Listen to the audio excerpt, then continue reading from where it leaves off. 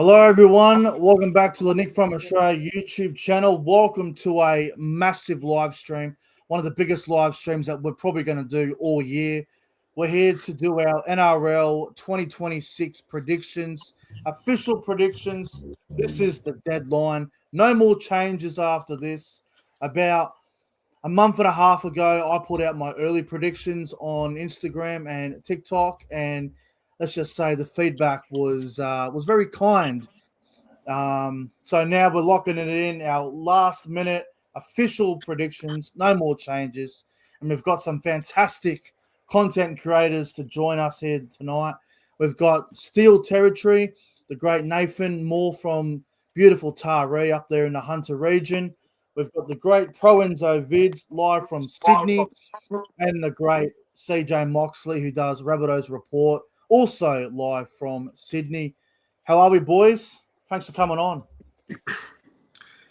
Yeah, I'm good, bro. Thanks for having me back on. It's been a while since I've been on the channel, but this will be a great prediction video tonight, so keen to do it with you lads. Mate, it's good to have you on. CJ, as always, mate, it's a privilege to have you on. Yeah, thanks for having me on again. It's been a while since probably four of us have all done a video together, probably a few years actually. But it's going to be a good preview, boys. Good year ahead. And the great Steel Territory, who's obviously just started out his Instagram page. Hopefully, we can get you to 1,000 followers, Nathan, by the end of the year. How are you doing, sir? I've been pretty good. It's been, geez, how long since I've actually been on your channel? I know it's been quite a long time since drinks, but no, I've been going all right. Everything's going fantastic. As you said, I'm started up my new page, Steel Territory, everything Newcastle Knights, from a mid-North Coast perspective. And I'm just glad to be on. I'm glad to be on the stream. Mate, it's great to have you on, boys. Really appreciate it. If you guys haven't subscribed to Pro Enzo Vids on YouTube, I seriously don't know what you're waiting for, man. You might as well go and subscribe to him. He's one of, in my opinion, the biggest manly content creator out there. I know there's a few other manly creators out there, but no one compares to Pro Enzo Vids. So he's also the only manly fan that probably goes to every game on YouTube. So I recommend you subscribe. I can back that. Travels Travels all over the goddamn country, to be honest. And then you've got CJ, Rabbitohs Report. Follow his Instagram, guys. Seriously, check it out. Give it a follow. The best Rabbitohs content creator on Instagram and whatever other platform you're on. Check that out. And I know Nathan's just obviously the new kid on the block sort of thing, but he's going to take over this night stuff in no time, to be honest. So check him out, guys. Give him a follow. If you don't follow him, you might as well just slap yourself in the face. I don't know what you're doing, but check it out. Don't slap. It's all good. Also want to acknowledge the live chat. We've got a nice crowd building up here. Fans from different teams are all here. Like, obviously, we've got the usual crew, Jason Reader, Luke Sports Vlogs, Tom Mitchell, Diggs96, Josh Sami, bloody Jason Reader's actually donated $5 via Super Chat here, and he's actually gone with his grand final. He said it's going to be a Roosters and Broncos grand final, with obviously his Roosters winning it all. Wow. So, thanks for the $5, Jason. I'll make sure the boys get $1 each, but appreciate it, mate. Appreciate it, brother. Luther's in the chat. The king. Daniel Bay. Boys, I don't think you can buy anything for $1 anymore, honestly. Maybe a chocolate bar. No chance. Ice cream from Macca's. Yeah, that'll do it. Not much. Cody in the chat. Ethan. The J-Man is in the chat. Shout out to the J-Man, a very loyal follower. And everyone else. Brandon, Knights 54-0. How did the Broncos go last week in the World Club Challenge, Brandon? That's all I got to say to that. Anyway, let's get into it. Lufa, bro. Don't even go there, man. See, his comments pop up and I just laugh, man. I gotta Lufa, you can't help but laugh at Lufa. He's a comedian. He's a comedian. All right, boys, we might as well just get it out of the way. The big ladder prediction. Now, look, I'm gonna be honest here, guys. I've made a few changes to my ladder. I've got a few teams going up, a few teams going down.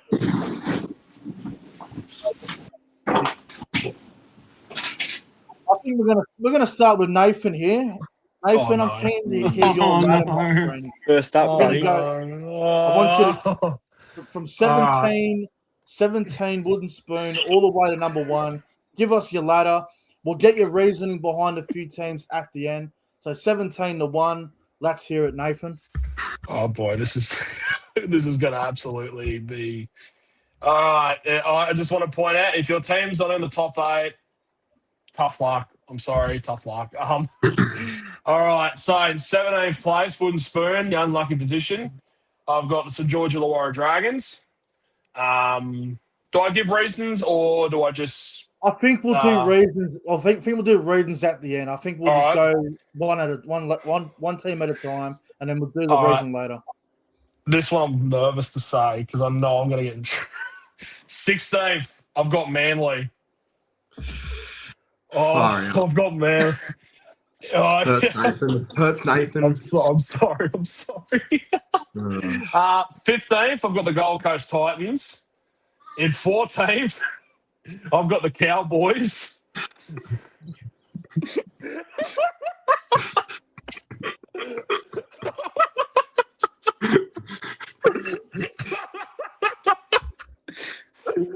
Bro, it gets even more interesting. 13th, I've got the okay. So I like to point this out. The teams from 14th to 7th, I believe, have a genuine shot at making the top 8. These are teams that were very hard for me to predict, especially one team, and I'll get to that in a moment. In 13th, I've got the West Tigers. In 12th, I've got the Canberra Raiders dropping off massively. In 11th, and this is the hardest team for me to predict, I've got the Parramatta Reels. In 10th, I've got the Bulldogs. In 9th, I've got the Warriors. In the last game, around 26, who gets into 8? In 8th place, I've got my boys, the Newcastle Knights, back the team, of course. In 7th, I've got the South Sydney Rabbitohs. In 6th, I've got the Cronulla Sharks. 5th, I've got the Roosters. 4th, I've got the Dolphins. 3rd, I've got the Storm. 2nd, Panthers. 1st, Broncos. Wow. Okay. Very interesting. I'm keen to hear some feedback in a little bit. I just want to get through everyone's ladder first. All right, we'll go to Lorenzo. Lorenzo, I know you dropped your ladder prediction a few weeks ago now. When was it? 2 weeks ago now? Wasn't that long ago. Yeah. I'm keen to see if you made any changes, but the floor's yours. All right. Well, I can confirm that the ladder I named about 2 weeks ago is the same. So I'll read it out for those that have not heard already. So last place, 17th, got the Gold Coast Titans. In 16th place, I've got the Dragons. 15th, Newcastle Knights, making a couple of jumps from last season. I'll take it. And rounding out the bottom 4, West Tigers. And 13th, we've got the Cowboys. 12th, got the Eels. 11th, the Bulldogs, who drop off after last season. 10th, the Raiders, who also drop off after last season, being the minor premiers. And 9th, just missing the 8, I've got the Warriors. Now, my top 8, got the Rabbitohs in 8th place. 7th, Sharks. 6th, my boys, Manly. Have to back the team as always. 5th, Roosters. And now my top 4 is Storm in 4th. 3rd, Broncos. 2nd, Panthers. And 1st, the one that's, I think, caught everyone's eye off guard, is the Dolphins. Ooh. Yes, that was a big one. I remember seeing it a few weeks ago. I was shocked, to be honest. I mean, I think Dolphins will have a great year, but I didn't expect first. So interesting, Lorenzo. I like it, except for the Cowboys part, obviously. Yeah, of course. All right, Marks. Let's hear it, mate. I know you. Actually, you'll tell me about your ladder maybe a couple of weeks ago, but I'm keen to hear the official one now. So 17 to 1. What do you got? Made a few changes. Wooden spoon, I got the Dragons. 16th, Newcastle. 15th, Gold Coast. 14th, West Tigers. 13th, Cowboys. 12th, New Zealand Warriors. 11th, I've got the Canterbury Bankstown Bulldogs. I've got Manly 10th. I've got Cronulla 9th. Parramatta 8th. Raiders 7th. Roosters 6th. Dolphins 5th. Souths 4th. Got to back the boys, man. Melbourne 3rd. Broncos 2nd. And Penrith getting a minor premiership. Wow.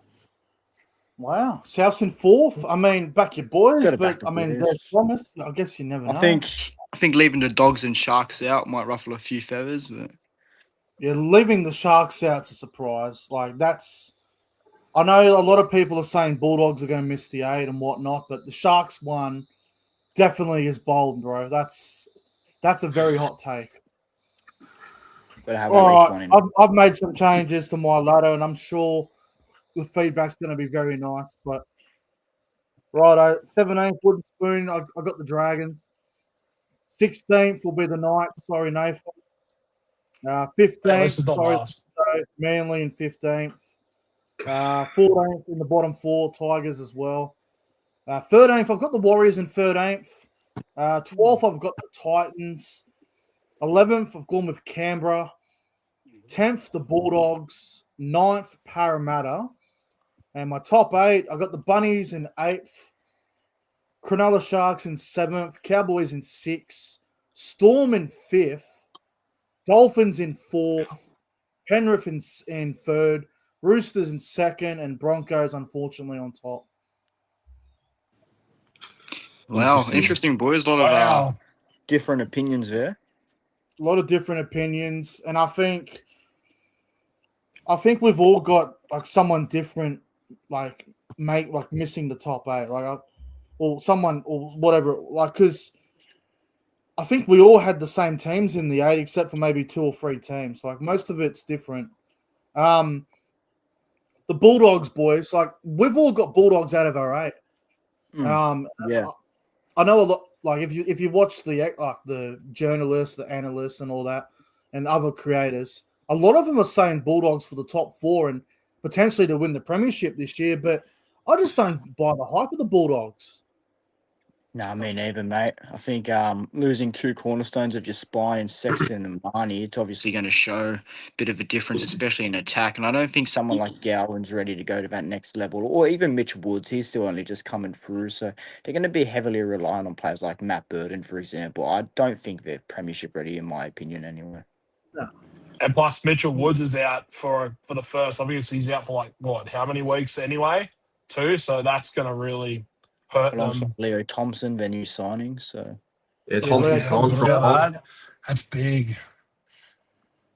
Yeah, well, like CJ said, I think losing 2 very important parts of their spine, and the way Dogs have gone about that, they haven't been that great, to be honest. I think I read the other day, the last 8 games of the season, they only won 2, and that was beating a Seaside Penrith team. So, there's not much improvement in that Dogs team, and losing Thompson for the first half of the season being their real marquee signing, it's going to be a bit of things to carry for the Bulldogs this season. The thing that I have noticed with the Bulldogs the last 2 years, where they've made the finals and they've done well, they always seem to start the year off quite good. Like they usually start well. Like the first 10 rounds, Bulldogs are, they're going pretty well. And it's always the last 4 to 5 rounds of the season where at the end of 2024, they got flogged by Manly and the Cowboys going into the finals. And then they absolutely choked against Manly in week 1. And then last year, they sort of just fell into the semis and went out in straight sets. So I don't know. I feel like that the way the Bulldogs finish their seasons are not good. And the other thing that's not good, they've played 3 finals games in the last 2 years and they're 0-3. Yeah. And they haven't won a bad. finals game. They haven't won a finals game in 11 years either. So 2015 against the Dragons. That was our last finals win. Like I know even the Dragons have won a finals before. the Sharks had the same problem for a couple of years where they couldn't win a final. And obviously now they've made a couple of prelims and whatnot. But the Bulldogs are going down the Shark route where they may sneak into the top 8 or they may miss out. But unlike the Sharks, they actually kept their roster together and they actually learned. The Bulldogs have just destroyed their roster and they've made big changes. So self-implosion, really. I've got concerns about the Bulldogs, boys. And the other thing is, too, they're a really defensive team. Like, they love defense. I just don't know if they're going to be able to win games like 14-12 every week because a lot of teams have got better with their attacks. So I think the Bulldogs are going to struggle to score points in a lot of games. Well, they're going to go up against, teams that are expected to compete at the top this year, like your Broncos, your Roosters, your Melbournes, who love to put on a clinic. While the Dogs' defense is good, I don't know if they can hold those sort of teams to a 10-12 sort of score. It's just not enough. It's not. It's not enough. And I'm sure I'm sure the Bulldogs fans are going to leave their feedback in the comment section, but I'm sure they will. I've just got concerns about them. I don't believe they're anywhere near premiership contenders. I really don't. No, I think if they had it, this is a hypothesis, obviously, but if they kept Sexton and Marnie, I'd probably have them up near the top 4, to be honest. But yeah, I'd probably have them about 6 or something. But that's all he say. If you guys remember back in 2024, when it was Drew Hutchison starting in the halves alongside Matt Burton, and the Dogs were just going absolutely nowhere. And as soon as Sexton came into that side, that whole team just changed. And now it's, as what CJ said, I don't think Galvin is that type of player that's really going to take you to the next step. And well, that's the big question about the Bulldogs this year. Obviously, you hear the media bang about it every week, but it's a pretty valid question. Galvin, what's Lachlan Galvin going to provide this year for the Bulldogs? You know what? I don't even want to talk about Lachlan Galvin because the bloke gets enough talk as it is. I want to talk about Connor Tracy, and this is a negative. Okay. This is a negative from me. Every good NRL team that's competing for the premiership has a top 5, top 8 sort of fullback, right? All the teams that are in my 8, they're all class, great fullbacks. Reece Walsh, James Tedesco, Dylan Edwards, Hammer, Scott Drinkwater, Latrell Mitchell. 6 of my top 8, and obviously Jai Gray. I think Jai Gray probably is just in the top 10. All of them are really good fullbacks. Some of them are the best in the game. Some of them are probably just about inside the top 10. I look at Connor Tracy. He's probably a fullback that's like ranked 12, 13. He's not a big game fullback. And fullback nowadays, we know how important it is. If you don't have a top-tier fullback, you're probably going to struggle. So the Bulldogs don't have that. And they don't have a great halves. Like Burton's all right, but Galvin, he's still learning. Their hooker position got weaker. I don't see what everyone sees in them as premiership contenders. Don't get me wrong. I think Connor Tracy is a solid fullback and does the job. But I think when it comes across to taking on the big top elite fullbacks, will he stand up? Well, we haven't seen it in the past 2 final series. Look, don't get me wrong. I rate him as a player, but again, I don't know if he's going to be able to take on those sort of big name fullbacks like your Reece Walshes, Tedesco's, Edwards. Yeah, that's the problem, because I think last year when they played the Broncos during Anzac round, he was exposed in that game. Then against Penrith finals, Melbourne finals. So I think Tracy's solid. Like, he's definitely a solid player who does have some good things about him, but he's not a premier fullback, and I don't know if that's going to be the long-term solution for the Dogs. I know it's completely off topic, and I know certain fans would hate this, but if I was the Bulldogs, I'd be going hard for Kalen Ponga, but I don't know if that will happen. But anyway, let's talk about another team, boys, who were, obviously top 8 and not top 8. Canberra boys. I think we've all got Canberra outside the 8. Enzo, did you have him in your 8? No, I had Canberra 10th. I had him in my 8.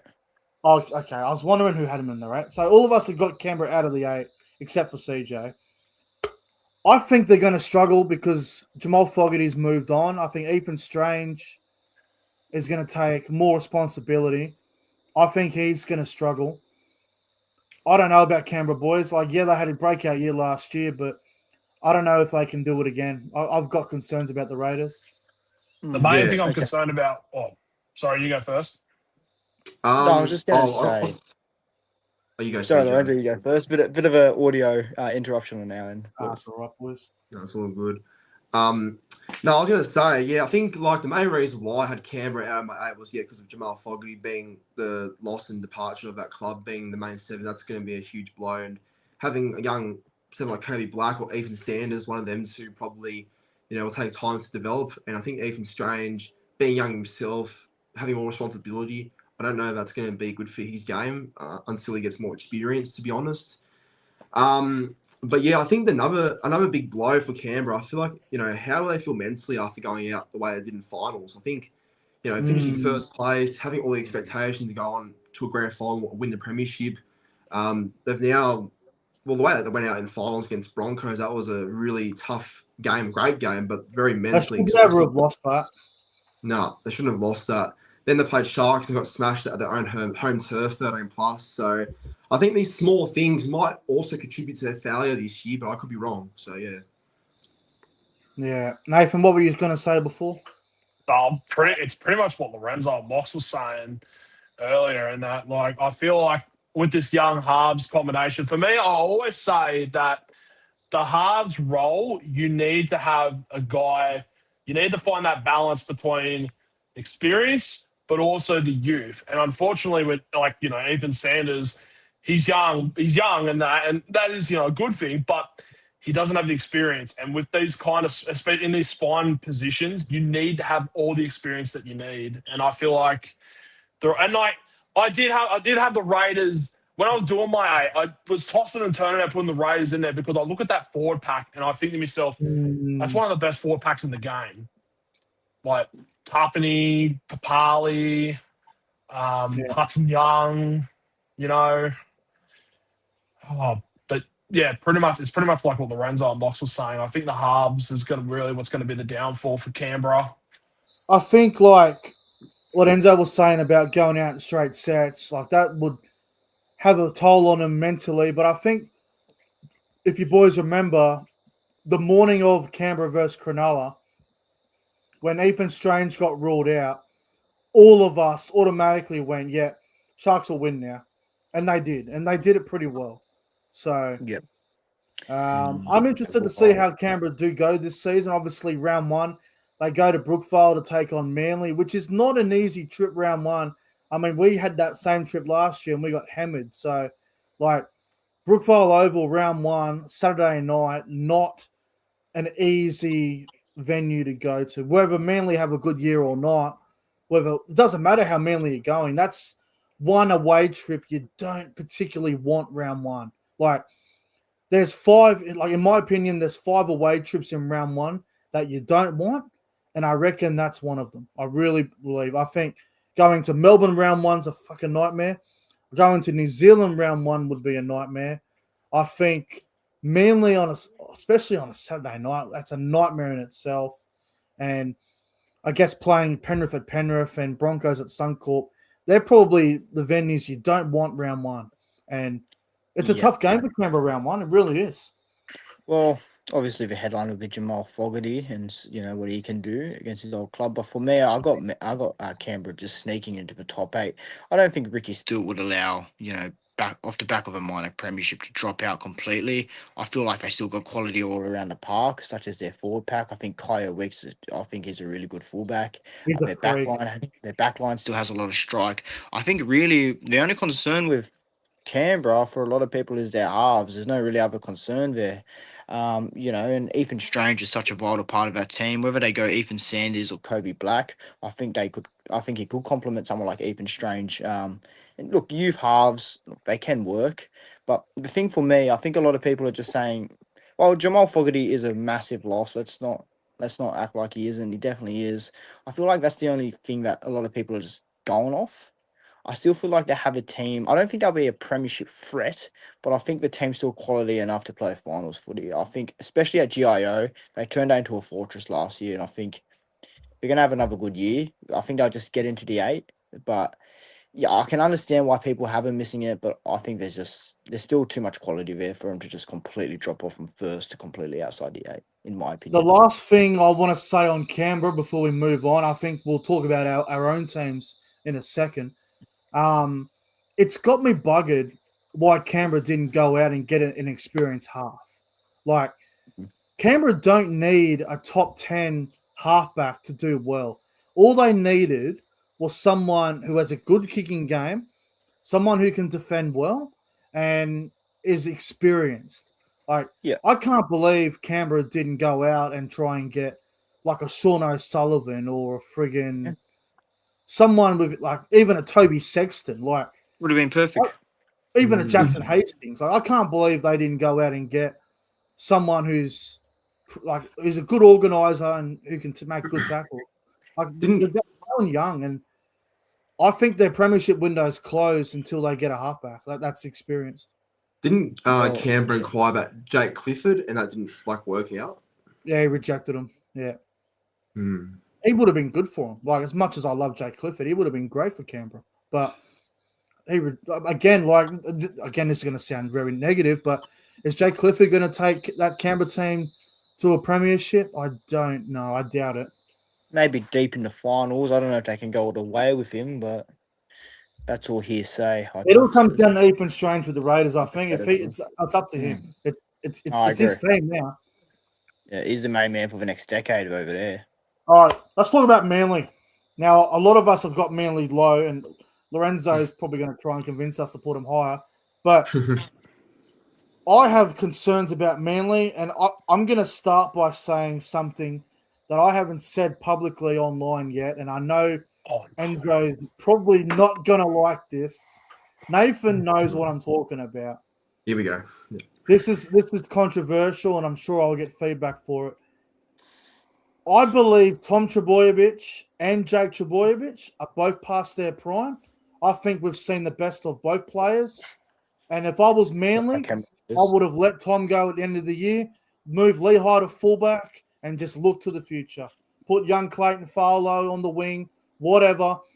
I think the Tom Trbojevic experiment is on its last legs. I don't know. That's what I think. I know it's a hot take, but I'm keen to hear the feedback on this. You got a little Brookvale after you now, mate. They're going to kill me.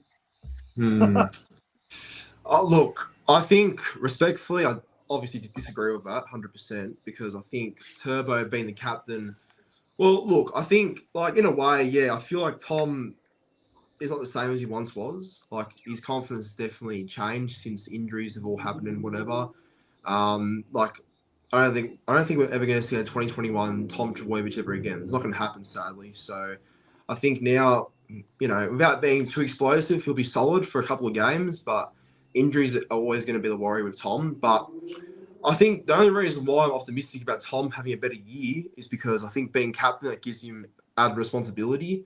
And I think, that will actually push him to be, a lot more involved, a lot more present with the team on game day, hopefully. And with Jake, look, I'll admit, Jake's past his best. I know he is. I think Jake has always been a great servant to Manly and will always have the hearts of the Manly fans on the beaches. But I think, yeah, Jake, I would honestly start Jake off the bench or starting prop, playing for about 20 minutes and then rotating with a Bullimore or someone like that. But, I think that's the thing with Jake. It's tough because Jake's such a big part of our team still. But is he providing the worth he's been paid to do right now? No. So it's a tough one. But I don't completely disagree. But I do think, though, Tom is still worth, putting time into.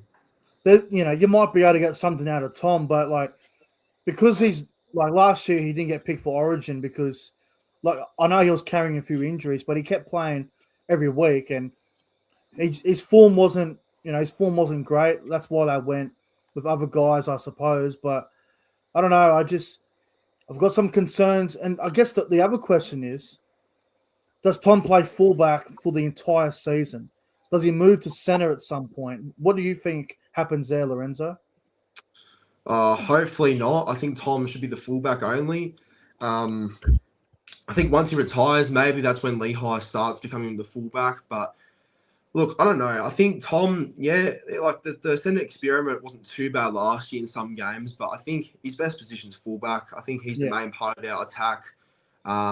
He's obviously without Cherry Evans now of this season. I think Tom is someone that has to stand up a lot more, being one of the more experienced players in our team now. So I think fullback has to be his position. The coach even confirmed that he'll start the year at fullback, but I guess if we struggle, then there's every chance Lehigh goes to fullback, then Turbo goes back to centres to just try and get that experiment working again. I don't know. But I think at the end of the day, Tom's our fullback, and hopefully no injuries. I hope that he has a great season and actually has a big one coming up. I'll ask you this because I know I'll get my head chewed off by Manly fans, but I feel like I need to ask this question about Manly. Yep. Outside of Tom Trbojevic, because we know how experienced he is, and obviously Jake's very experienced as well. Outside of those two, do you think Manly are lacking a bit of leadership experience going into this season? Well, I think a tiny bit. Like, I think one thing that's made the Cherry Evans thing, like departure, a bit bigger than what it is now, I think is definitely who's a leader and who's not in our team. Like, who has a voice, who doesn't after him going.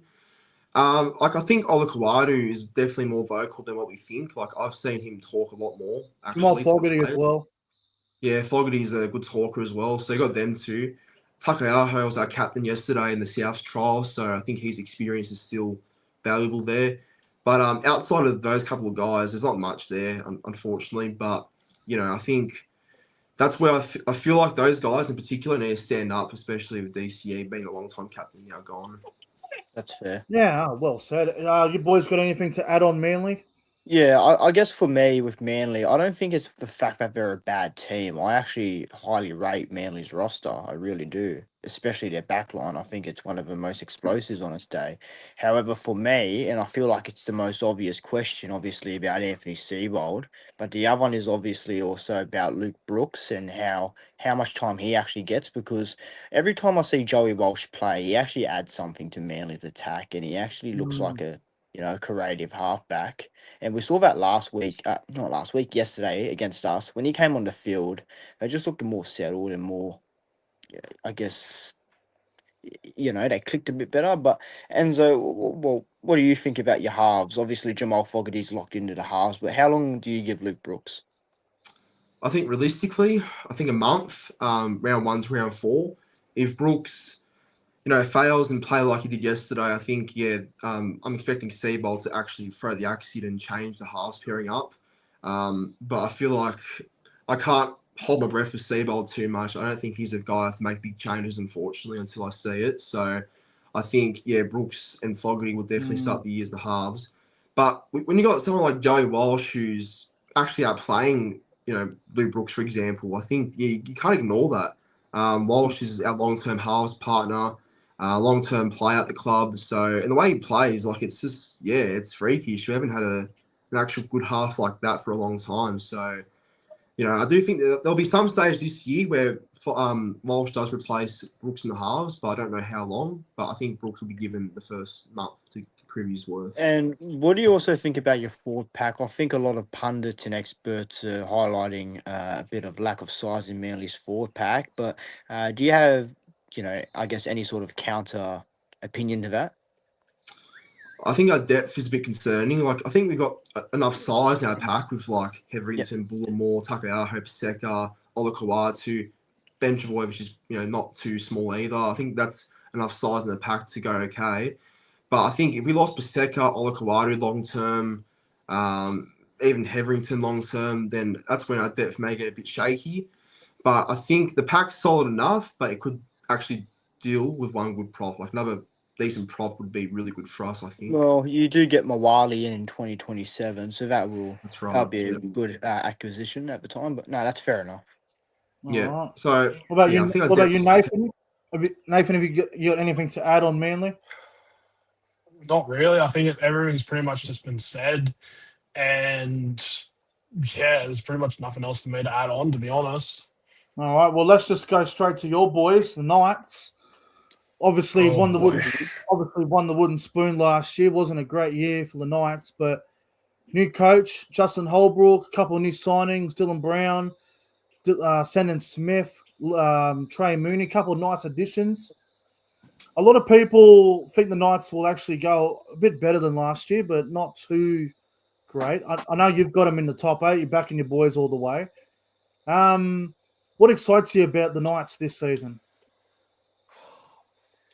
You could just being coming obviously someone that's sort of interconnected with the club and that.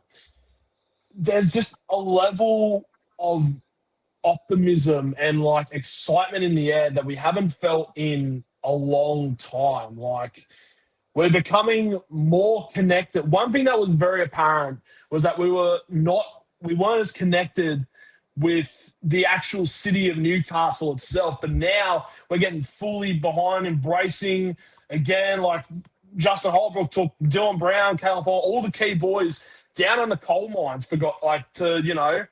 Get and see like, oh, this is who you're representing. Every time you play, this is who you play for, and this is who you know.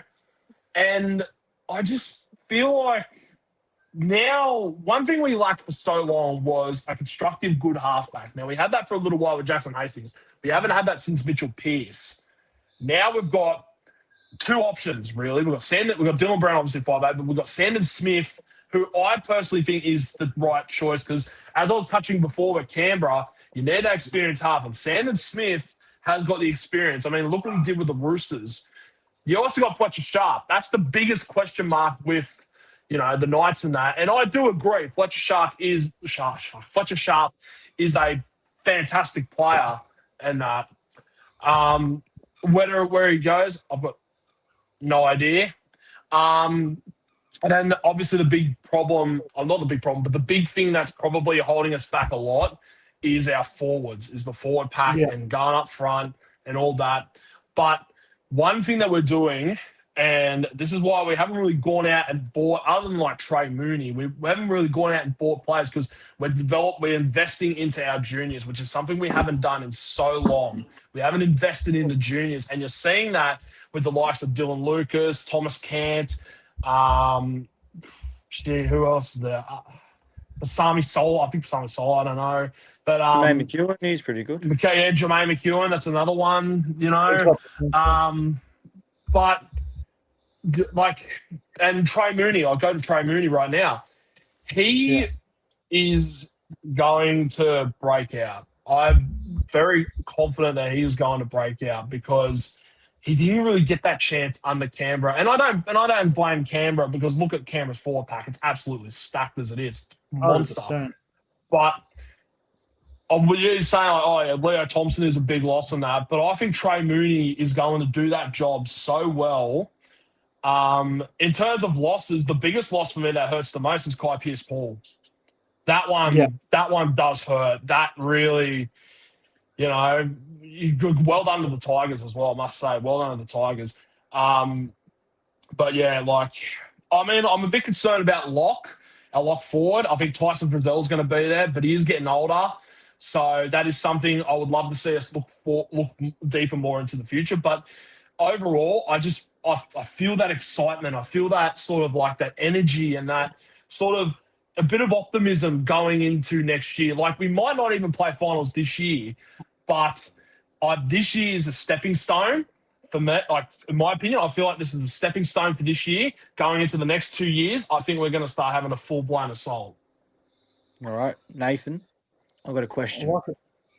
Now, I guess my question for Newcastle is obviously the pressure of having both Kalen Ponga and Dylan Brown in your books. Obviously, both players are probably one of the most highest paid players in the NRL. So the expectations on for them to deliver pretty highly. Kalen Ponga, now, without the disrespect, hasn't put a full season together for a while. So Never will. I guess, obviously, if Ponga goes down, obviously Fletcher Sharp goes to fullback, and that's a damn good replacement. But I guess your spine, the spine is good on paper if it sticks together, but I still feel like there's a few question marks. I still don't know if Newcastle is set on who their 7 is. Obviously, the expectation of Ponga to play a full year. Brown, he's on the biggest contract in the NRL, so he better do a damn good job. And your hooker, Oh, yeah. Phoenix Crossland, well, look, I think he's a solid hooker, but I don't know if he's up there up top. But I guess is the spine for you a bit of an issue, or are you comfortable with what you see? Well, yeah, I mean, yeah, it is. Well, I touched on earlier about Fletcher Sharp and that, and where he fits in and all that. And I think that's the beauty about, because, look, I'm going to be completely honest, and I know I'm going to get a lot of flack for this. Ponga, unfortunately, I just don't see him having a full year and that. So Fletcher Sharp comes in at fullback, and he's gonna do an incredible job. I know he's going to do a really good job. So that's why I'm really hoping that Sandon is the 7 straight up forward. That was one of the biggest problems when Adam O'Brien was coaching us, was the amount of chopping and changing in the halves. It felt like a new halves combination every week or two. And I'm hoping with Justin Holbrook, and I'm very optimistic with Justin Holbrook, because Justin Holbrook is a damn good coach. I'm really hoping that this is going to be the time where, it's set in stone, no more changing, no more, unless injury, of course. Well, apparently, Nathan, it's going to be Brown and Smith for Vegas. So if that's the case, I imagine that'll be the combination going forward. It has to be. In my opinion, it has to be. It has to be. And I know everyone's going to say Fletcher Sharp's too good and all that kind of stuff. But as I said, I was touching on with Canberra and that.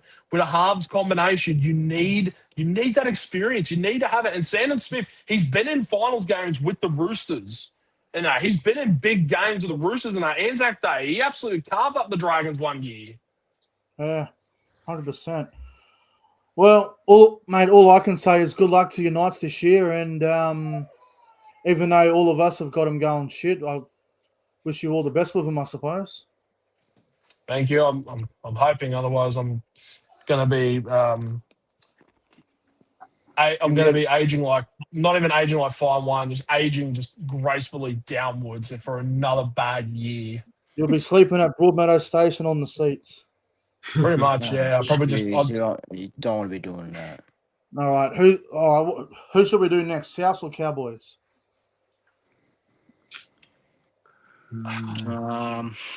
Both teams are intriguing to talk about. We'll get my boys out the way, I suppose. Yeah, well, obviously they are. The Rabbitohs, they will fail once. Nah. How did I know that was happening? How did I know that was going to be said? Now let's talk about the Bunnies. They've had 2 injury-depleted seasons in a row. They've obviously haven't made the final since 22. Wayne must be getting stressed every single fucking year with all the injuries that happen. His cholesterol levels are up, mate. I'm surprised the Rabbitohs aren't sponsored by the Sydney Children's Hospital with all the fucking injuries. Oh, jeez, man. Oh, I'm surprised. I'm really surprised you're not sponsored by them. But first aid kits will be on the Rabbitohs jerseys by the end of the year. But yeah, they probably will be. We might as well, mate. Your left edge.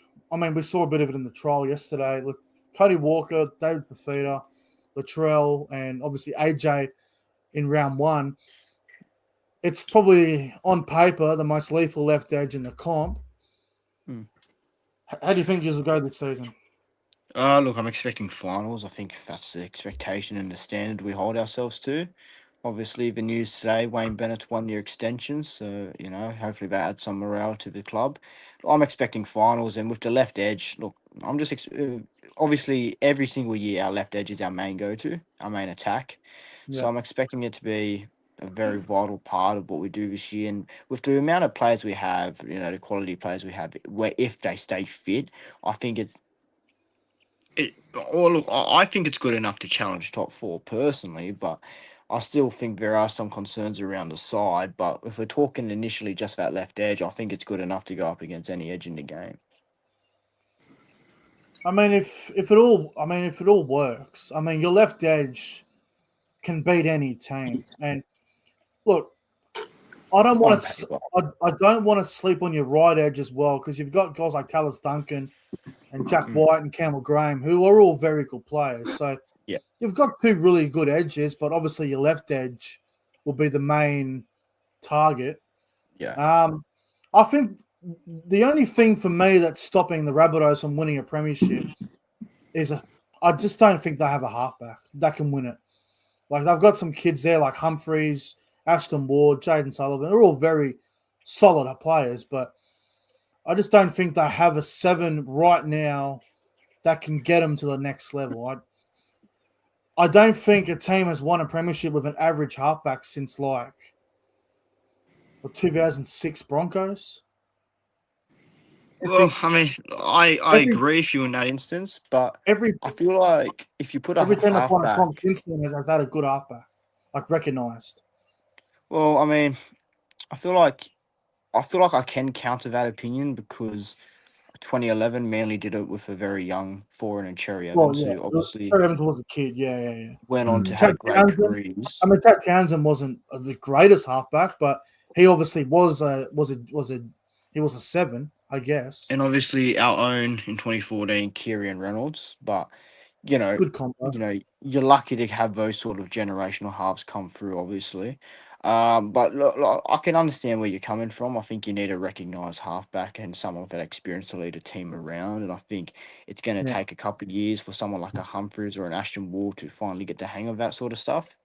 I feel like the team in general is pretty good. I did have concerns about the forward pack, but I feel pretty comfortable with that now, especially with Payne Haas coming into next year. But for this That's year, true. for me, for this year, I'm not expecting a title. I'm not.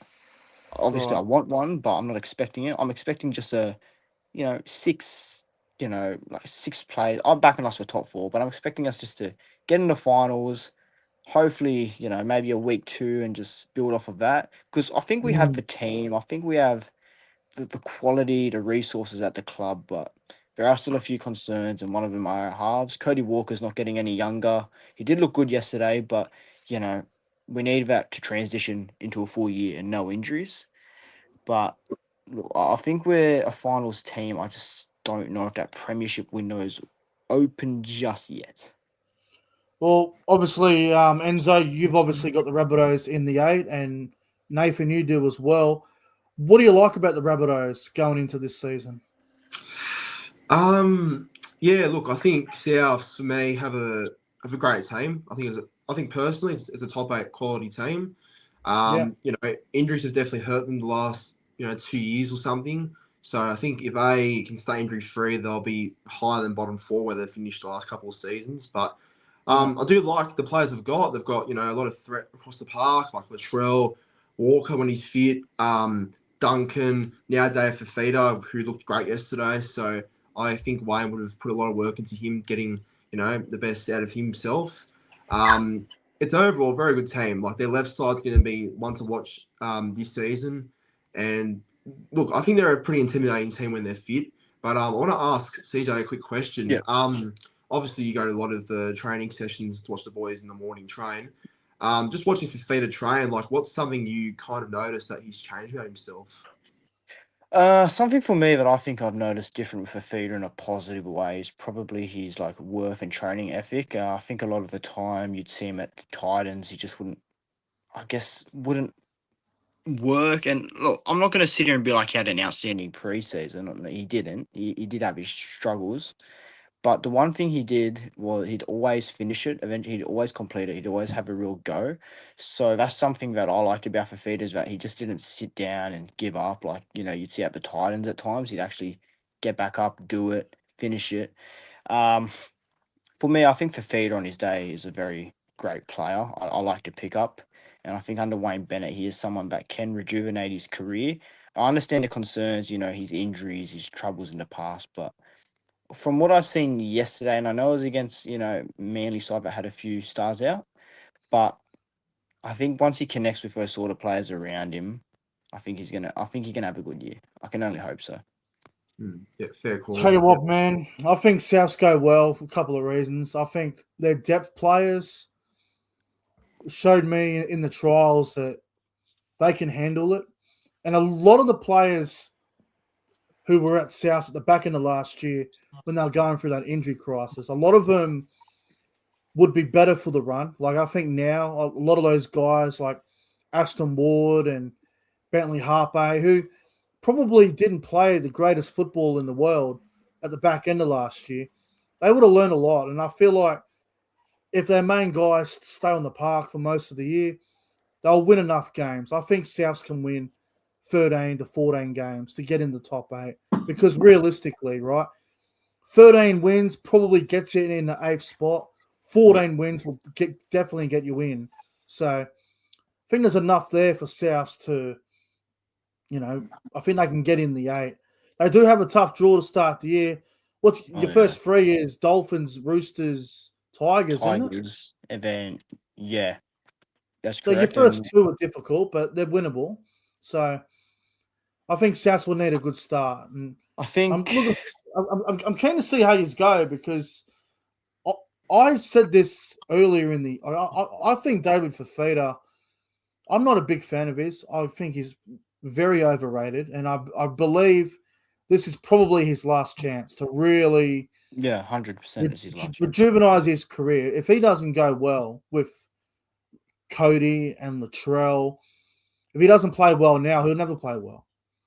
So I think he has to go something that has benefited us over the last couple of years with the injury tolls is like you added on the depth. I think will be better for it. Obviously, I really like the players we have. For example, I just want to bring a hypothesis out. Say, for example, our full strength spine gets injured. Yeah, I think we can bring in someone like a Matt Duffy at fullback. You can also go Ward, Humphreys, and say Brandon Smith gets injured. You just chuck in someone like Peter Mamazelis.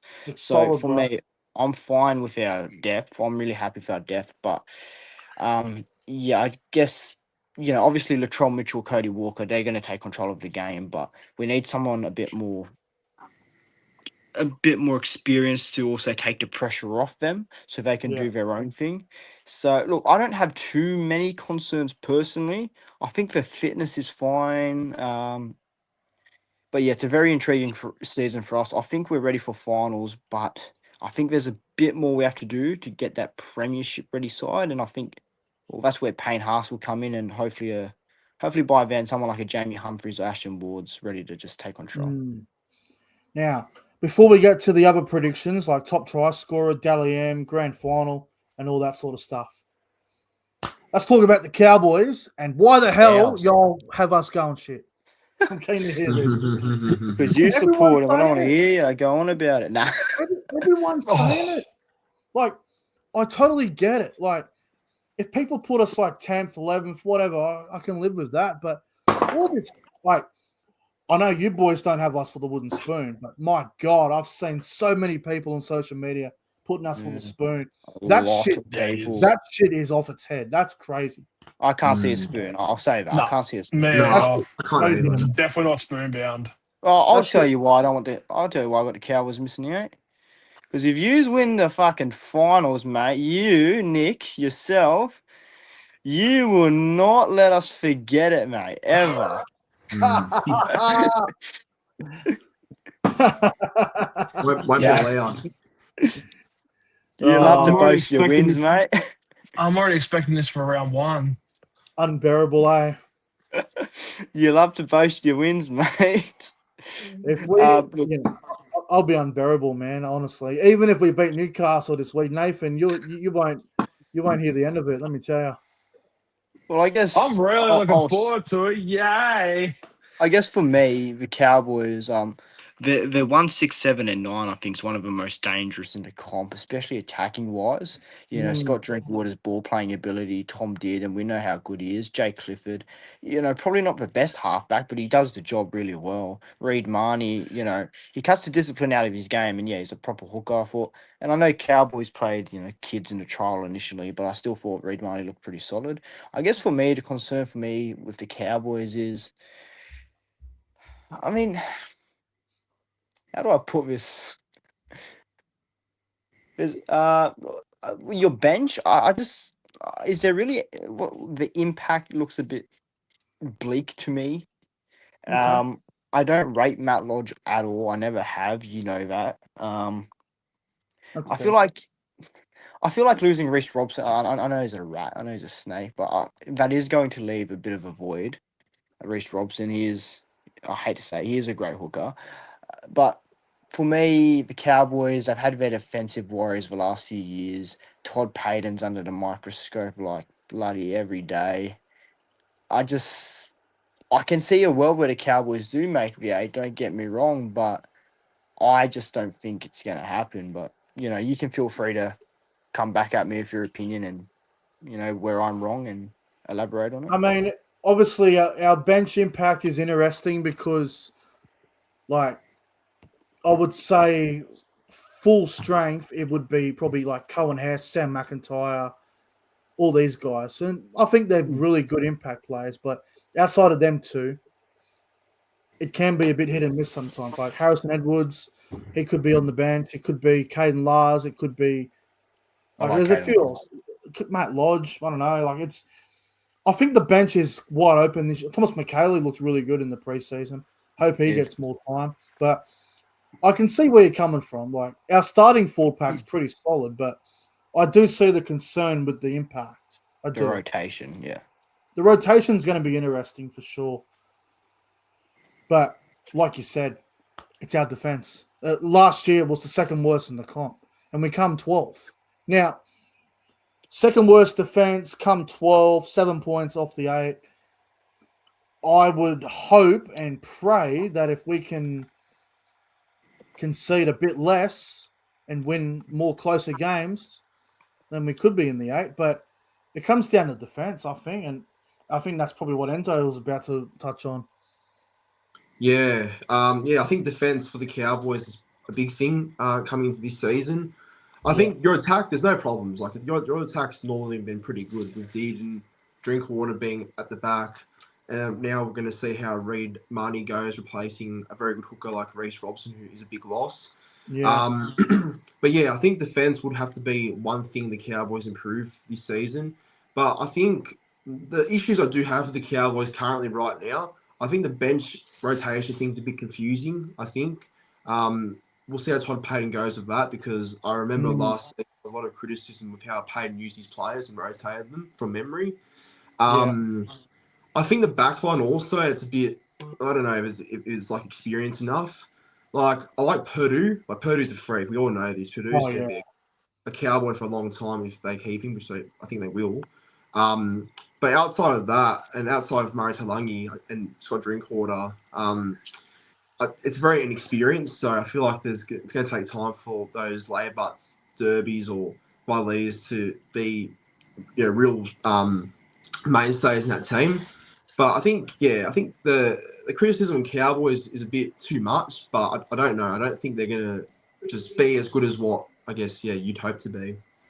With the back line, like, I totally understand. Like, I get it. Like, I was probably more concerned about the back line going into last season because we lost Valentine Holmes and Kyle Felt. I'm a bit more comfortable with it now because Zach Labart's played enough football to have no excuses. He did come back from an injury. I think he was out for like 6 weeks. He came back. It took him a month to get back to the level of NRL. And obviously Purdue, Talangi, Drinkwater. You got nothing to worry about with those blokes. And then Braden Burns. I thought Braden Burns actually, when he played right wing, I thought he was very good. He was underrated in my opinion at the back end of last year. And I think the right center position at the moment is very wide open because Zach Labart's going to miss the first 2 rounds due to suspension. So I believe Tom Chester will be named there tomorrow for the team list for Vegas. So you've got Tom Chester, Zach Labart when he comes back, and Viliami Vailea all fighting for that right center position. I believe Braden Burns has won the right wing spot. Robert Derby's trying to take it off him, but Burns is ahead of him. So although those names may not be as attractive to other centers at other clubs, I'm actually happy about it because I think it's good competition. Chester's getting the first go because Labart's suspended. Labart looked all right in the preseason, and you got Vilea to come back. And honestly, I thought Vilea did a fair job last year when he played. Thought he was fair enough, a solid player. He might not, be a try scorer every week, but I thought he was solid enough. But I think with the Cowboys, and I think I'm going to say this, I'm going to be honest here. Out of all 17 teams, outside of us and the Warriors, we are the two most unpredictable teams in the comp. No, I agree with that 100%. Without a doubt. The Warriors and the Cowboys, you genuinely don't know what you're going to get. You have no idea. When they're expected to win, they'll lose. When they're expected to lose, they'll win. Yet they're very hard to predict. And Another question I have for the Cowboys. Attack's no problem. We could score 34 points, but we could also concede 36. That's the problem. Yeah. I think another question for the Cowboys, and I think it's probably the biggest one going into 2026, besides Payton and stuff, the whole Clifford-Purdue halves dilemma that happened last year. Obviously, you could argue maybe derailed the Cowboys' season, but what do you think's the way to go with that? Well, if Todd Payton wants to keep his job because he's got 10 rounds, you gotta go Clifford Dearden. You just gotta leave it. You leave it alone. Purdue's got to play in the centers. I don't want to win. Like, here's the thing, right? If we start the year, say 3-1, and then we move Purdue to the halves at like round 10, 11, and he stays there, it's going to be the same story as last year. And we can't have that. We just can't. I know it'll probably be a bit tough on Labart and Vilea and Derby if they're not in the team, but it's a business. It's a tough gig. Like, it is. Someone's going to miss out and someone's going to make the team. And I think Purdue I think Clifford did everything he could in the preseason to get that jersey. So I'd be going with that. This whole Purdue experiment, I think it has to wait. It has to wait. Otherwise, Todd's going to get sacked. So a lot of pressure on Todd. But I'll say this. He's got no excuses. We've got a soft start to the year. Our first 6 games, we played 4 teams that were in the bottom 5 last year out of the first 6. So there's no excuse. I expect a good start.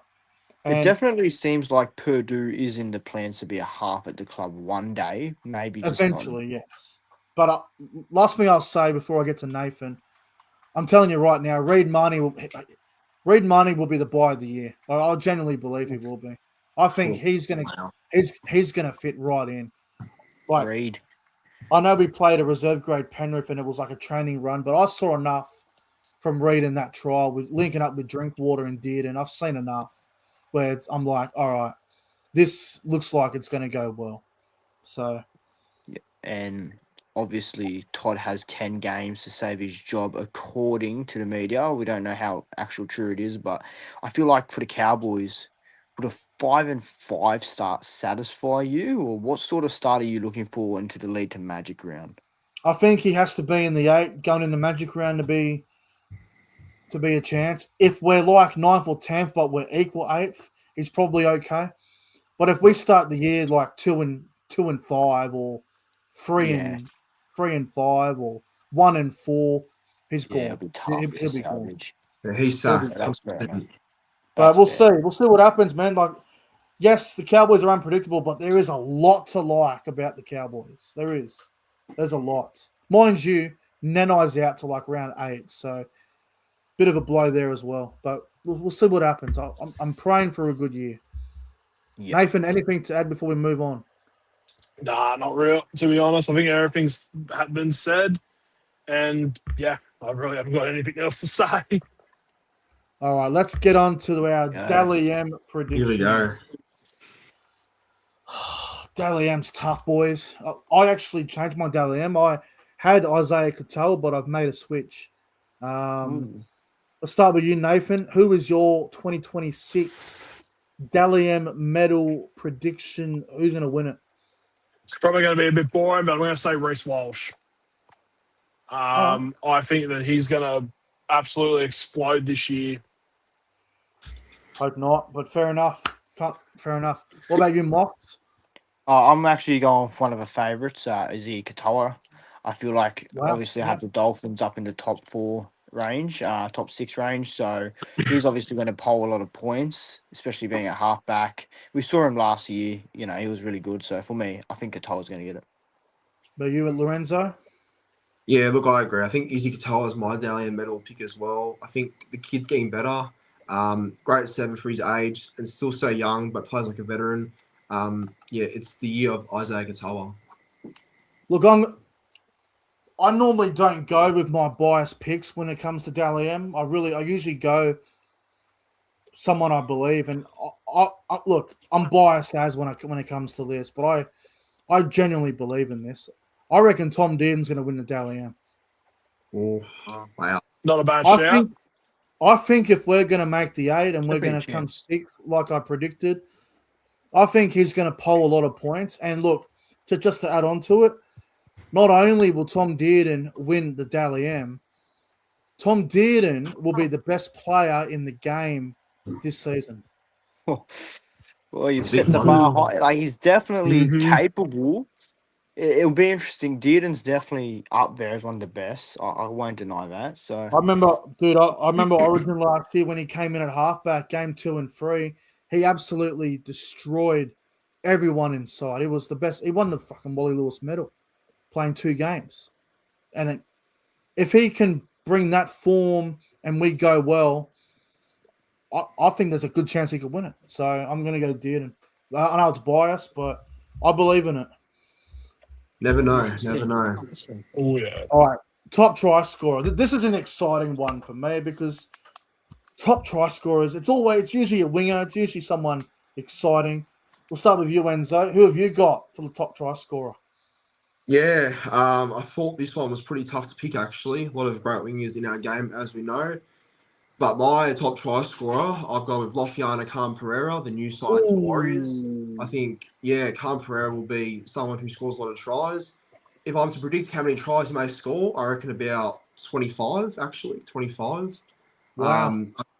I know there's talk right now that Dallin may have the wing spot over Khan Pereira, but look, I think at some stage Khan Pereira is going to be a mainstay in that team. And I Yeah. reckon he'll score a lot of tries. I think he's going to that's have a fair. big year at the Warriors. Yeah, so I think, yeah, Khan Pereira's my pick. Well, even if Dallin does start and Khan Pereira's in reserve grade, Khan Pereira comes in like round 5 or something. He's still very capable to get up into try scoring range. Like. Yeah, definitely is, yeah. What about you, Nathan? Who's your top try scorer, brother? Oh, boy. I'm going with Mark the Wagane Marky Mark. Oh Mock is man, losing it. yeah, I know. As soon as I was like, oh no, but Yes. look, he's just. I don't even know the words to describe it. He's just, as a try scorer, he's a freak. He's an absolute freak. Yeah. All right. What about you, Mox? Your top try scorer? Well, I suppose I can't complain because I'm going to pick one of my own boys, and I think it's quite obvious. Tallis Duncan. Nah. Alex Johnson. Alex Johnson. It has to be for me. Look, he's on the verge of breaking an all-time try scoring record. I've picked him every year besides last year. I know he hasn't particularly been that, elite try scorer we've known between like the 2021-18 sort of days, but I think he'll get it this year. I think on that left edge he's going to combine very well. I'll go AJ, and I think he'll get 23 tries this season. I can't believe I'm saying this, but I'm also going Alex Johnson. Okay. I'm shocked. I thought you were going to go the other bloke, to be honest. No, I think with that left edge that the Rabbitohs have got, Cody, Fafita, Latrell, AJ, if there's ever a time to back him for top try scorer, I think it's now. I reckon he'll score probably 26 tries. And Good. yeah, I think AJ will actually win the top try scorer. I think he's going to have a great year. I think he'll score the most. He's got to get another one before he's retired. So surely this is the time. 100%. All right, top point scorer. This one I found difficult, but I've actually gone with Jermaine Asako in this one, boys. I think the Dolphins have a great year. Asako will probably score somewhere between 18 to 20 tries. He also goal kicks. I think he's a really good shout, so I'm going to go with Asako. Enzo, what do you reckon? Funnily enough, believe it or not, I've got the same as you, Nick. I've got Jermaine Sarko. Jermaine Sarko as well. Yeah, like I think Dolphins will be a good attacking team this season, I reckon. So I expect Sarko to kick a few goals this season. All right. Mox? I also have Izako written down. No way. I There actually we go. do. Far I out. That's send you the crazy. screen. I wrote this down this afternoon. I have Izako. Like you both said, Dolphins were the best attacking team in the comp last year. Jermaine Izako, obviously being a winger, he'll score plenty. He'll goal kick plenty. So, Yeah. Jermaine Izako, top win scorer Nathan, again. go someone else. Well, unfortunately, I'm going to have to complete the quad here. I've also got Jermaine Asako. Oh, my. Everybody's on Izako. Asako Izako will get fucking injured now. We've cursed him. No, We've mate, cursed no. We Sorry, haven't. Dolphins we fans. haven't. Dolphins Sorry, fans are going to Dolphins. be angry. We haven't. don't- We haven't. Believe in the boy. Just I don't can't get too many believe that. points in round one, eh? I can't believe we all went Asako. What the hell? Yeah. I He's a try good to think of chance, though. someone else, but he scores a lot. He's a winger. He goal kick, and he's a good goal kicker. So Oh yeah. it's the Alright. Izako fest for us. If Asako doesn't win it, my bolter is Stephen Crichton. That's fair enough. I think with me, my bolter, top point scorer. I hate to be boring, but I'll probably go Nathan Cleary. Yeah. Might be a bit biased here, but I'll by the word I'm hearing, I think Fogarty will be our kicker this year, so I'll go Fogarty. Oh, that's solid. Solid. All right. Next prediction. First coach sacked. And if I hear Todd Payton's name, I swear to God. Nah, anyway, I'm keen to hear who we're all got for this. But Nathan, who do you have? I've actually got Anthony Seabold from Manly. I think he'll be the first one gone. I think, especially with the one paper with Manly's side, and they do look good on paper. They do look really good. I think something's got to change, and I just don't see Seabold being around as much anymore. Nathan, I'm with you. I've also got Seabold. I think Manly fans and Manly people won't accept the bottom four standard that I have predicted, and other people. I don't like if Manly is sitting in the bottom four, say Magic Round time. I don't think Manly people will tolerate it. So I'm going to say Seabold will be gone. Well, Trent Robinson, mate. Once he flops, nah. For me, Nicky Bear. Unfortunately, it's Toddy Payton, mate. Look, I saw his interview the other day. He was very open, candid, and honest about his pressure, which is always good to take in, being very aware. Unfortunately, where I do have the Cowboys is obviously positioned in a tough spot, so I do think he'll be gone by round 12. All right, Enzo? Yeah, as well as Mark, I've got Todd Payton as well. I think Payton, under a lot of pressure as well. I think, I don't know, by that middle period of the season, I don't know if he'll have enough to take the Cowboys to where they should be. So I think, Payton's might be the first one. Well, boys, the thing is, everyone says Seabold Payton, which, is the obvious two under the pump, but is there anybody else who could be under a bit of, a chance? Yeah? I think so. In my opinion, if the Warriors fall in the bottom four, Webster could be in a bit of trouble. Webster. He's done well with them, but I'm just saying, if the Warriors finish bottom four, Webster could be, he could be next. Yeah, for me, it'd probably be someone like a Shane Flanagan if they do get the spoon, something like So that. I'm of the opinion that Shane Flanagan should see the year out, even if they get the spoon, like we're all predicting. He literally got key onto the club. I feel like he should be given the year. I've got one coach that I reckon could be a smoky, and I don't know if it could happen, but if I get this prediction right, you may as well just give me $1 million. I could see a world where Craig Fitzgibbon could get shown the door. If they miss finals, bro, 100% they could. I have him missing the 8, so it could come to fruition. He's had his chances too. Just quickly before we move on to the next prediction, what round are you boys predicting for the coaches to go? So for me, I reckon Seabold gets sacked the Monday after Magic round. Yeah, well, with my sack coach Todd Payton, I think he'll be sacked around round 11. Round 11, right. Yeah, Mox? I think for Toddy, mate, I think he's off about round 12, 13-ish, that period. I think, Yeah. 3 months in, Nathan? he'll have a tough trot. For seeds, I'm probably going to say round, a bit like you, round 8, round 10, probably a bit round 12 even.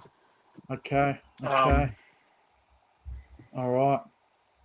Righto. We got 3 more predictions to go, boys. Most Alright. improved team for the year, I think it's the Dolphins. I think they're going to have a massive year. I've got them in the top 4. I know Enzo's probably on the same opinion because he has them first. But I think Dolphins are going to have a big season. I do worry about their defense because the Dolphins were involved in a lot of games last year where it was like 30 to 26 and really high-scoring games. Their defense needs work, but I think they're going to have a big season. Yep. No, I agree. I think Dolphins being the club I have first place, it makes sense for them to be my most improved team. I think this is the year where their 100%. attack will be more consistent. Katoa, Hammer, for example, just going to be guys that have a big year Max ahead. Platt. So Max Platt's pretty good, yeah. So it's Dolphins' year, I reckon. Mox? Well, I mean, look, I'm going to be a bit biased again. I think Souths will be the most improved team. I got them jumping up 10 spots, 14th to 4th. Look, obvious, just reasons I made earlier. I just feel like the team fully fits, definitely more than capable to knock on the door of top 4. So I think we'll have a really good improved season. And Nathan, who's your most improved team? Newcastle? I'm going to be the same as Moss. I'm going to be biased. Going to go Newcastle. It's been done before. Wooden Spoon is the top 8. Last time we saw it, Parramatta 2018 to 2019, and Newcastle went from 2005. Newcastle were last, and in 2006 they made the top 4. Didn't the Roosters get the spoon in 2009 and make the grand final the next year? Yeah, they did. Yes, they did. Yeah, Cowboys 1 year with bottom 4. We're going to come in like 3rd. Like, it can happen, bro. 2022 Cowboys, 21-22 Hey, Cowboys. bro, 2021. That's true. Yeah, that's true. 2021 we come like 15th, I think, 14th, and then we come third in 22. So it can happen. It can happen. All right, most disappointing. I'm going with the Bulldogs here. I just obviously we touched on them earlier. I'm not excited for them. I think they're going backwards this year. Yeah, Bulldogs. I'm with you, Nick. Bulldogs will be disappointing. I'm with you here as well, Nick. I'm the same. I'm going Bulldogs. As you said, like what we talked about earlier, I'm not sold on. I'm not convinced with them. Yeah, me too. What about you, boys? Yeah, I agree. I think Bulldogs are my most disappointing team. Just the way they ended last season, I can't see them improving off the back of that. I think there's a good team there, but there's some key positions that I don't believe are going to live up to the standards they do have this season. Fair call. Mox? I actually don't have the Bulldogs. My most disappointing team is going to be Cronulla Sutherland. Wow. It's bold, but look, for me, I genuinely can see a drop off. I think Cronulla Sutherland's my most disappointing team heading into the year. Dude, if they don't make the 8, like 2 prelims in a row, I know it's going to take a toll on them mentally, getting so close to the grand final. But my God, if they miss the 8 with an easy draw again, like I think they only play Melbourne once, they play Penrith once, like they've been given a fucking gift with a soft draw. Like they barely lose anyone to Origin. They'll probably lose Fanua Blake and Blake Brayley with the new rules. Well, look, I might have to hide my face living near the Shire and saying that, but is what it is, eh? All right. Now the big one. So we obviously talk a lot privately about predictions and stuff. I haven't heard anyone's grand final, so I have no idea what to expect here. I'm going to start with you on this one, CJ. What is your grand final prediction, and who wins the premiership this season? Look, mate, I'd love to say South Sydney, obviously. We'd all love to see our teams. But I'm going for a bit of a boring one, mate. I'm going for a grand final rematch from 2023. Panthers Broncos. Wow. And I think Penrith reclaimed their throne. I think Penrith won the comp. Wow. Penrith back Come at on the the top. bunnies though. Yeah. All right. What about you, Lorenzo? I don't think you mentioned it in your ladder predictions, so I'm really interested to hear this. Yeah. Yeah, look, it's obviously a very tough one to pick as always, picking a grand final, but my grand final is going to be Panthers Dolphins this Wow. season. Yeah, Dolphins make the grand final. I know it's a big call, but I've got them first, so I'm backing to do good things. And my grand final winner, sorry, Dolphins fans, I think Penrith will win the grand final. Their experience, I'll win it again, yeah. Panthers Dolphins, it's different. I mean, I'd like to see that. If that was the case, I would not complain. Dolphins are on the up, boys. I mean, can't deny it. They are looking good. They are looking good. Fourth year in the Nathan, grand final. what have you got, my friend? I literally decided this today, actually, and this is going to be so bold. I have a Panthers versus Rabbitohs grand final. Oh, really? Wow. I Mate. think, pending injuries, of course, if they remain injury-free, I genuinely think South Sydney could go on a 2014 Bulldogs style run. Oh, mate. I love the glaze. I'm hoping you're right. Wow. I genuinely think they could do that. That's a Mate. huge one, bro. Wow. Mate, if this comes true, mate, I don't even know. 2021 still haunts me, so come on. Hope you're right. That's huge.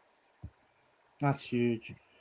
As for myself, I tossed and turned all weekend about this. Yeah, I changed mine plenty too. I'm going with a all Sydney grand final. I think it will be. I think it's going to be the Panthers against the Roosters. I think it will be. I know the Roosters, it's going to take them a bit of time to work out this Cherry Evans, Walker, and Reece Robson when he comes back. The Roosters might not get their combination gelling to around 20, but their squad is good enough to win games. And obviously they've got the Dalian medalist Tedesco from last year. We know how good he is, but I think the Roosters win the comp. I know CJ doesn't want to hear it. I understand, but seriously, if they got to go close. Their team is very strong. I know they've mate, count me out for the next 6 months. I know they've had expectations over the years and haven't really gotten to the level, but I think bringing Cherry Evans in, I know he's not what he was 3 years ago, but he'll do his thing, and I think it'll work. Robson, I don't want to see him win shit after what he said about us the other day, but I just think their squad's too strong, and I think they're going to beat Penrith in the grand final. East versus West grand final. It's something we haven't seen for a long time. Like 2003. Yeah, 2003. Like, and the other thing is as well about the Roosters, and I know I don't want to glaze them because Mox is going to lose his shit. I know he will. But I've got to say it. I just have to say it. A lot of their players, especially the young ones that are coming through, the ones that had good years last year, some of them are about to enter their prime. Like, for example, I know we've seen Sam Walker play good footy in the past. He came back last year with like 6 weeks to the finals. He looked incredible going into that final series. He missed 20 rounds. He looks unbelievable going into this season. You've got Teddy. Obviously, Mark's, it's his last year before he goes back to rugby.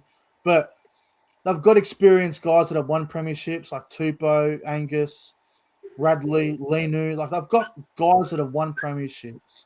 And they've got young guys like Robert Toya, other guys that are ready to go to that next step, and bringing in like a Cherry Evans and guys like Tedesco there.